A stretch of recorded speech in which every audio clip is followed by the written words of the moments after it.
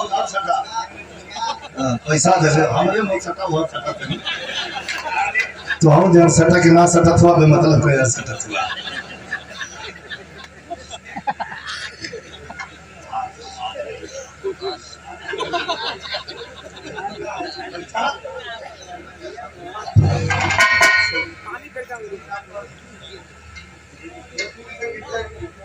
दस हजार लोगों के जैसे गरीब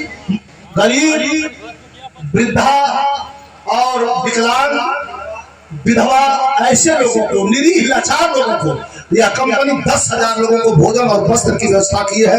जोरदार ताली से आप लोग व्यवस्था करें। इसमें हम भी रहेंगे और कलाकार भी रहेंगे। सारे यूट्यूबर साथियों को मैं वहां से सम्मानित भी करवा के भेजवाऊंगा। आप लोग वहां जरूर पहुंचे।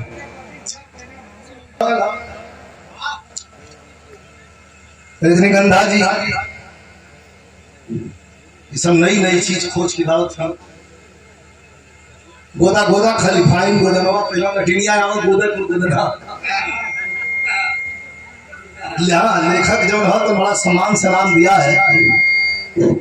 गोदा खाली फाइन गोदनवा ये तो ठीक है, लेकिन दूसरा वाला में जो कमर के झटकार है।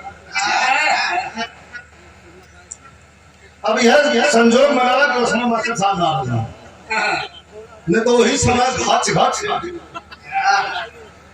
मास्टर अजय भी नाचे रहने तो वही कौन गीत बजा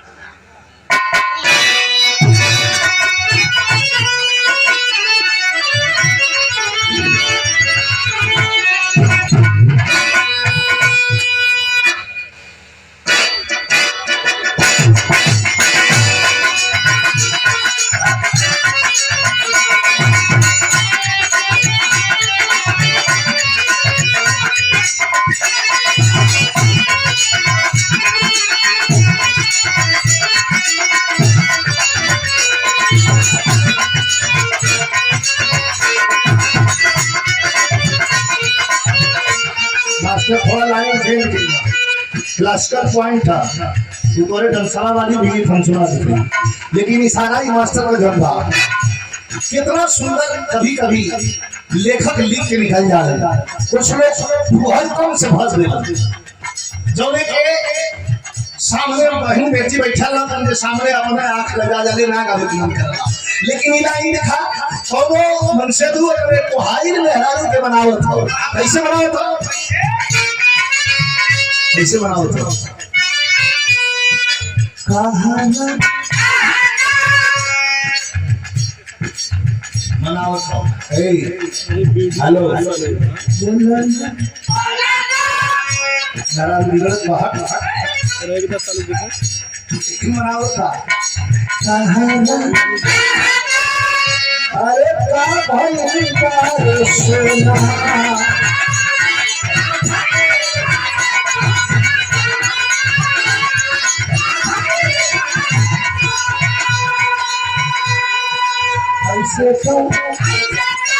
ऐसे का अरे तू रहे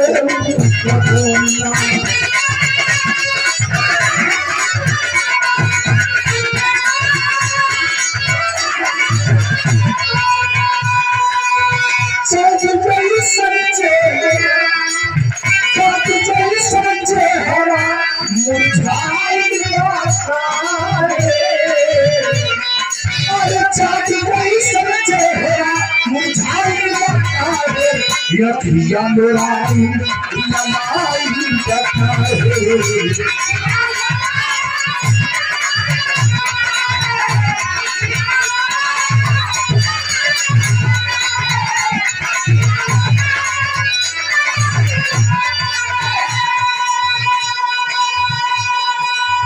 कोई दफा था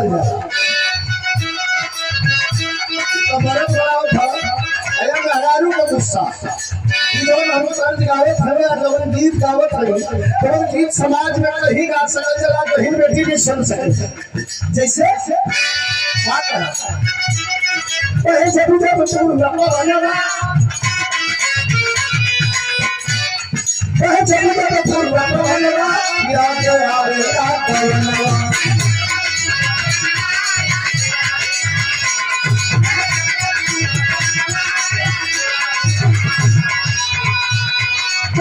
पिया हे राजा तोरा पिया हे राजा मेरे ताकत नहीं से मनवा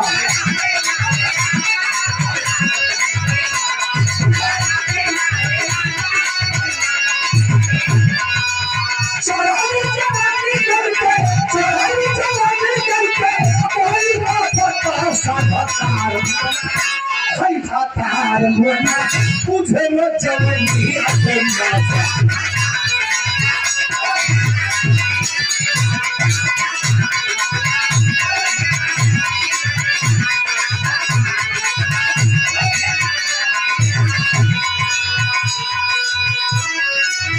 अरे जब कमर हिल गए तो कहिया